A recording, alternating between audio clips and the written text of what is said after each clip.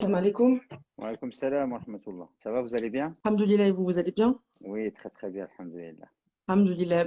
Donc, du coup, je vous appelle parce que, en fait, je suis passée par une mauvaise expérience. Du coup, j'ai pris des cours de Coran pendant 10 ans. En fait, l'expérience qui en est ressortie, c'est que j'ai été un petit peu dégoûtée, en fait.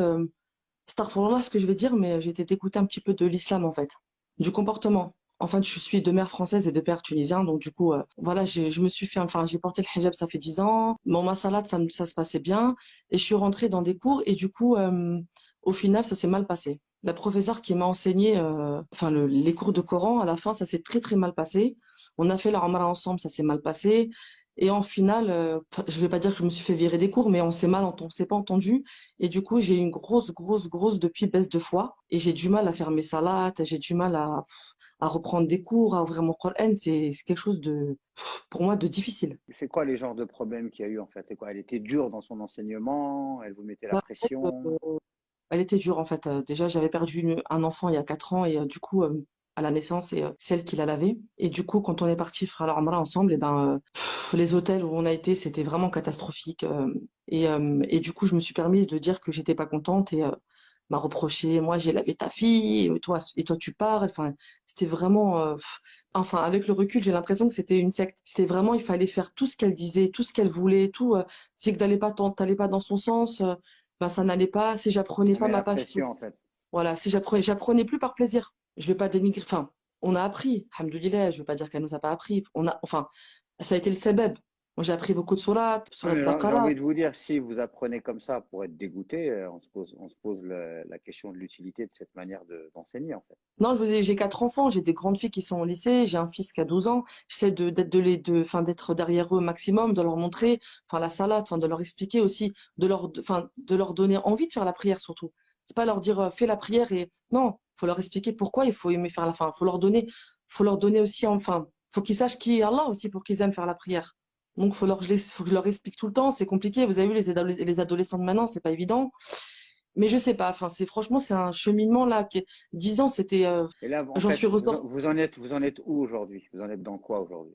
Bah, en fait, depuis que j'ai quitté les cours, dans rien. En fait, j'ai essayé de reprendre d'autres cours et dès qu'une personne me parle, essaie de me faire la dawa, j'ai du mal. C'est une expérience enfin, qui m'a quand même un petit peu détruite quand même quelque part parce que j'étais vraiment à fond avec cette personne-là et Bah, peut-être le problème, il ça, est là en fait. Le problème, peut-être, c'est que un enseignant, ça doit rester un enseignant. Il ne doit pas rester un gourou. Vous ne devez pas voir que par lui en fait. Et ça, c'est le problème parfois, c'est que le théologien, il prend trop de place, on l'idéalise, et puis après, bah, on tombe de haut quand on se rend compte que c'est un être humain, qu'il a ses limites, qu'il a ses défauts, qu'il a ses manquements, etc. Ça, c'est c'est une ça. relation qui est malsaine. Oui, D'accord? Donc forcément, si la relation elle est malsaine, vous, comme vous avez fait une association, pour vous, la religion, c'était cette personne, bah, le jour où cette personne ça va pas, ça remet en cause tout votre attachement à la religion en fait. c'est Donc ça. Surtout maintenant, que maintenant c'est une phase qui va être positive pour vous parce que c'est une phase en fait où vous êtes condamné à vous reconstruire sur des bases beaucoup plus solides. comment se reconstruire? La question, elle est là. Et ben comment se reconstruire? C'est-à-dire que il faut revenir sur l'essentiel, sur du solide. La religion, c'est pas une quantité d'apprentissage. C'est pas, par exemple, il y a une maladie il peut y avoir un travers dans lequel on tombe avec l'apprentissage par cœur du Coran, c'est qu'on est là, il faut apprendre, apprendre. On devient des machines, on apprend par cœur. Et puis après, c'est la récitation. C'était quelqu'un qui avait l'ijaza, c'est ça?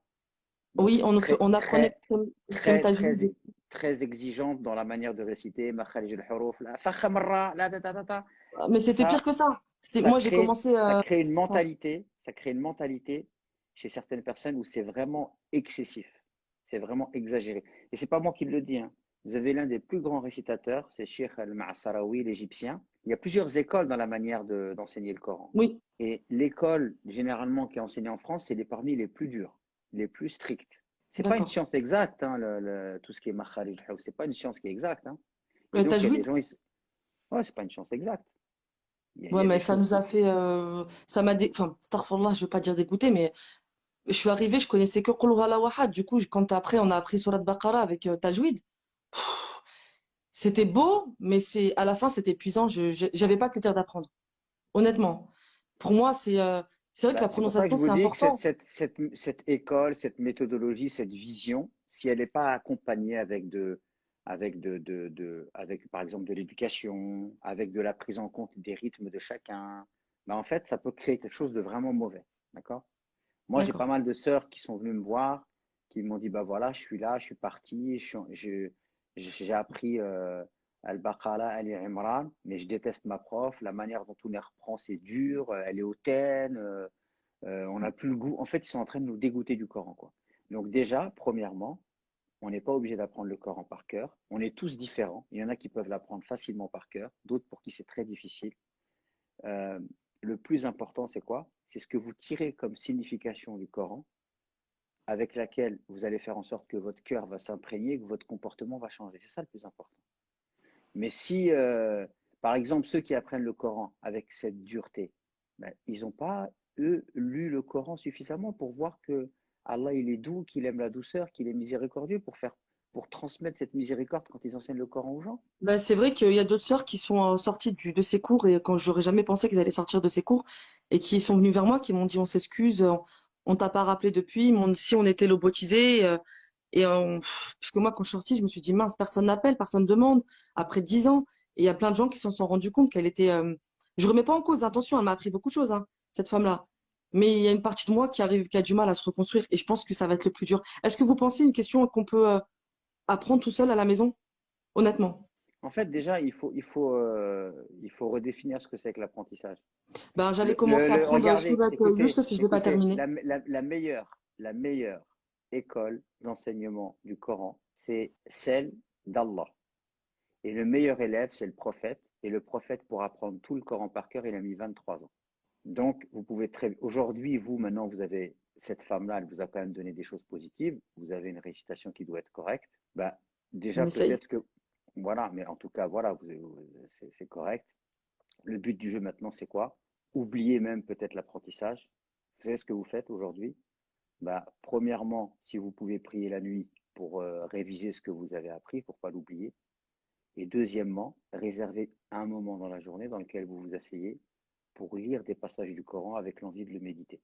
Que j'ai déjà appris? Ou bien non? Peu importe. En tout cas, faites l'effort de méditer le Coran, même ne serait-ce que 5 minutes par jour un verset. Vous lisez. Si vous ne comprenez pas, vous allez essayer de comprendre, d'avoir une traduction du sens général et vous essayez de méditer. D'accord. Ok. Et point, Je et reconstruis tout doucement. vous pouvez vous contenter de ça, c'est tout. Et puis après, à côté de ça, si vous pouvez lire ou écouter des conférences qui vont vous enrichir sur le Coran pour mieux le comprendre, mieux s'éduquer avec, et puis basta. D'accord. Faites Ok. vos prières, vous avez déjà à faire si vous êtes maman, ben voilà.